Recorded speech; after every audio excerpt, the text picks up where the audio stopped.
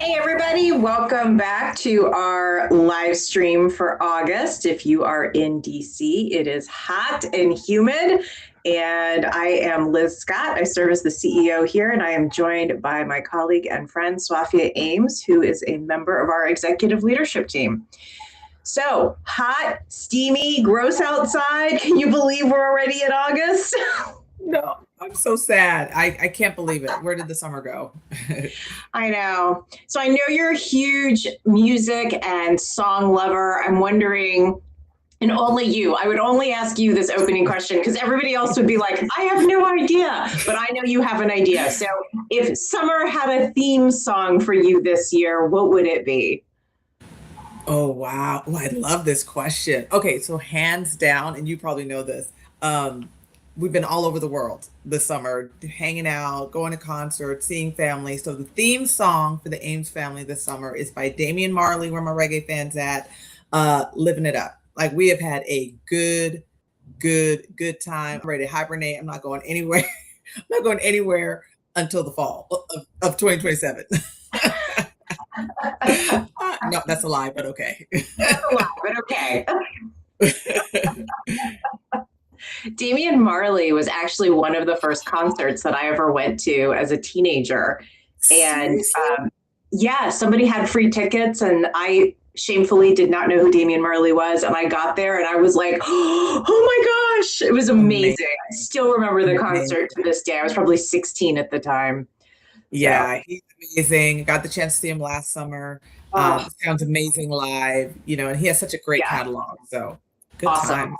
Awesome. Well, we're not here to talk about Damian Marley, even though he is an amazing artist. The reason that we decided to do today's live stream is because you and I were chatting the other day, and you said something that struck a chord in a good way. We were talking about Timothy Clark's work around the 4 stages of psychological safety. And you made this comment that everyone is a culture agent, whether they realize it or not. And I've been kind of mulling that over. I think that's a really interesting comment. And so I'm wondering, as you think about your experiences with our clients, what does it mean to be an active culture agent, and how can an active culture agent foster innovation and a more productive culture? Even if you don't think you're an agent, you are. So what does that look like for folks? Yeah, this is, I mean, yeah, I totally remember this conversation, Liz. And when I talk about, and even in Clark's work, an active culture agent, it's someone who is purposely living and modeling the organization's culture and values and the value behaviors, right? Like the Mhm. things that we say Yeah. we're going to do as a culture. They hold themselves accountable for those behaviors and values and commitments. They hold others accountable for those behaviors, values, and commitment.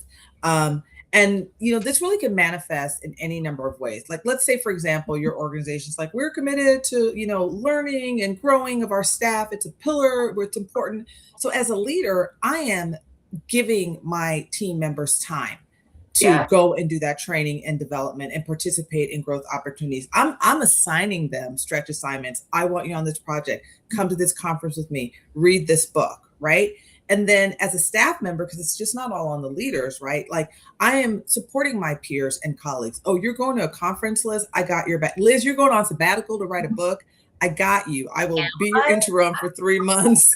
I'll do all the things that I don't know. I'm like, don't do what we do. But that is what it means to be an active culture agent. You are leaning in, you're supporting your team, you're supporting your peers and colleagues.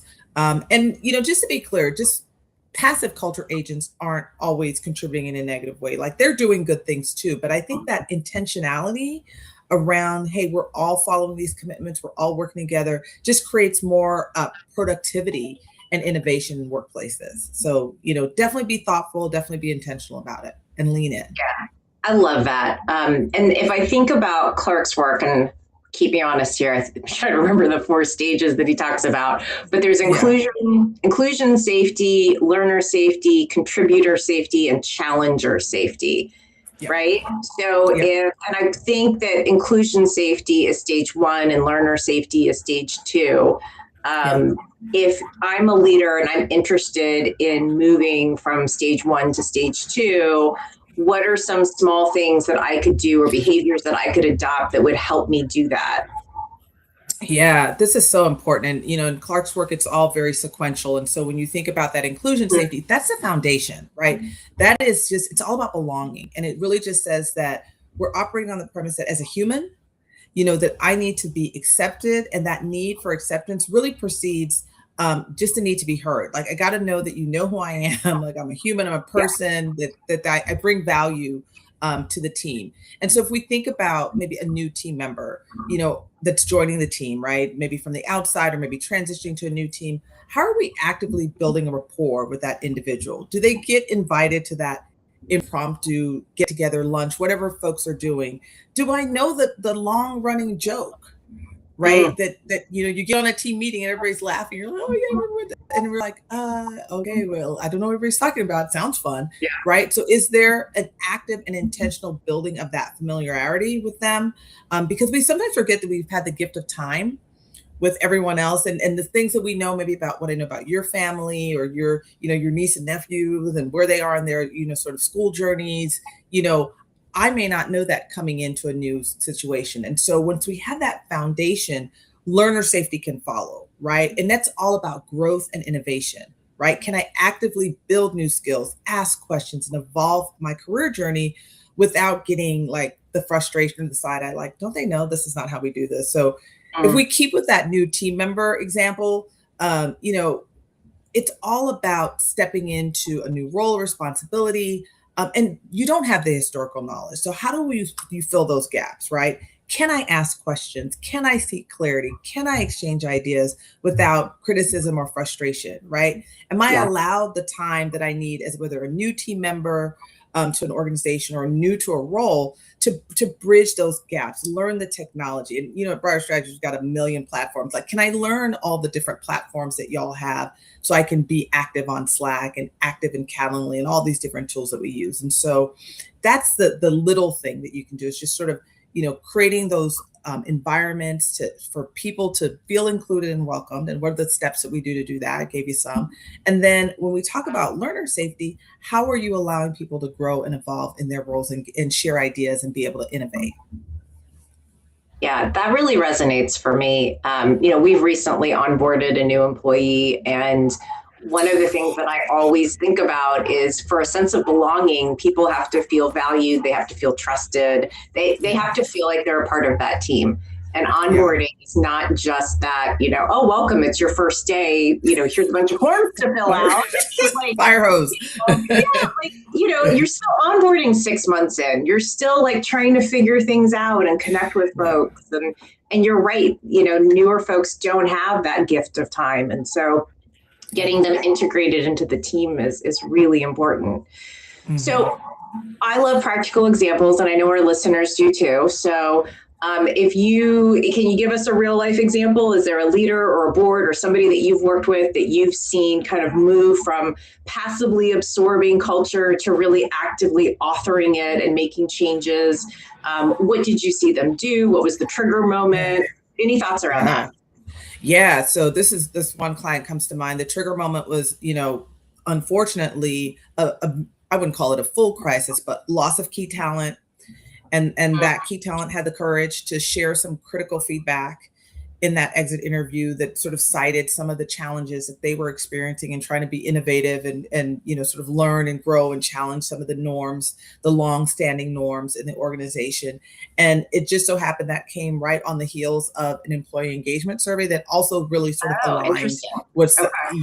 that sort of aligned with some of the things that were said. And so, but what I really appreciated about the executive team, really led by their CEO, was that they took that feedback to heart and they began to actively making shifts, right? And they really started with the executive team and sort of getting themselves in order and really sort of revisiting those values, really sort of identifying the behaviors that they wanted to model as an organization, and then actively cascading that to their middle management leadership team that's more on the day-to-day with staff. And it took them some time, but a year later, the employee engagement survey showed the shifts in the movement that they made. So again, it's about sort of taking it on the chin. And the big thing, I think another sort of trigger point for them was they were about to grow. They were expanding into another region. And so again, it was all coming at a bit of a sort of a perfect storm for them, but they took it, They processed it, came up with a plan. We were able to help them sort of get through it, sort of map out what their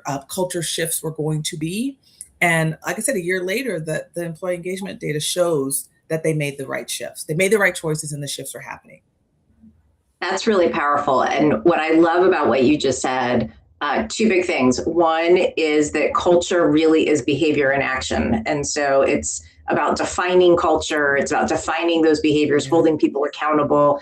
That feels really powerful. And then the second thing is nobody loves a survey, but surveys are really helpful tools, right? Like it's a good, it's a data point. And to be able to see, oh, we've moved the needle on something because they had that kind of pre and then the post survey, and hopefully they're continuing to use them so they can see trends over time is pretty powerful. So and then to know where to work, right? Where to put in the work so we're not, overemphasizing something that's already sort of integrated into the organization's DNA, right? Like, we've got a good foundation of trust. We need to do better at communicating, right? Or whatever those trigger points are. And so the data helps with that too. So you celebrate what's working and then try to bridge the gap on what's not. Awesome. Well, we try to keep these to about 10 minutes and we are over that. So Swafiya, thank you so much for your time and your insights. I think this was a really interesting conversation. Anything you want to say to close us out? Yeah. I mean, if you're listening and you're thinking, I don't actually know where my team sits on Clark stages, or I don't know where we are with culture, definitely reach out. Would love to have a conversation to understand sort of where you are, what your needs are, and would be happy to point you in the right direction. You can find me at brighterstrategies.com or Swafiya at brighterstrategies.com. Awesome. Thank you so much, Swafiya. And I hope you get a couple more days of summer in before my favorite season, which is fall, comes up. All right. Thanks.